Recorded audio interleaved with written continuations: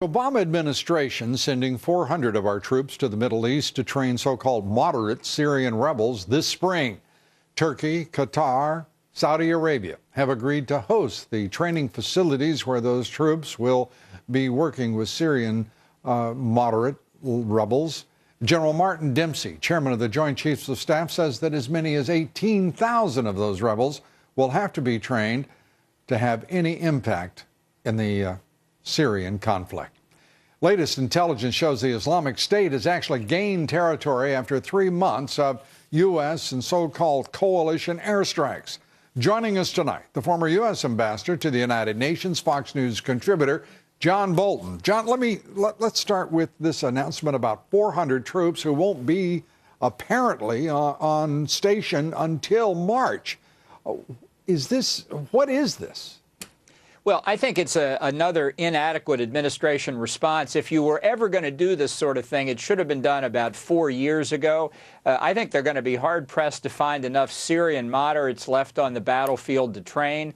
And the notion that somehow this is what's going to deal with the Islamic State just falls of its own weight. Even today in the press conference with Prime Minister Cameron, the president still talked about the fight against ISIS as if it were entirely confined to Iraq. His strategy on dealing with ISIS is utterly incoherent.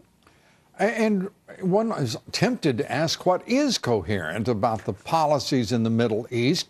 It is a struggle to comprehend 400 troops to train 18,000 fighters in time to be effective, let alone be thoroughly trained in a conflict that is ongoing. And turning to Africa, Boko Haram, the list goes on. The troops that we have sent to Africa seem to have been swallowed up in the jungle and left, frankly, their mission, their success is not even mentioned by the Pentagon or this administration. What in the world is going on? Well, I think the withdrawal of American influence politically and militarily is resulting in North Africa and the Middle East as a whole, the entire region, slipping into chaos, from a crisis in this country and a crisis in that country and a crisis in yet another country. The whole region is dissolving. National borders are dissolving. Governments have lost control over their territory, and the president is just absent from the problem. I think this is one reason why the Saudis and others are so concerned about what's happening with ISIS, what's happening with Iran. They see the chaos, and they will be the next ones to feel it. The president referred to the phenomenon of violence when he was talking about radical Islamist terrorist attacks in Europe. He has watched, presumably, millions of people in Europe, certainly the French, marching in demonstration against specifically radical Islamist terrorists. This is a major turn for Europe. It took tragedy for it to happen, but it's happened, and it's happened with greater force than it's happened in this country. The demonstrations are much larger against radical Islamist terrorism there than they've ever been here. And yet he tries to minimize and to frankly trivialize what has occurred in Europe with his tone, that of his senior advisor, Valerie Jarrett, again she's talked about, we wish we could have marched in the parade.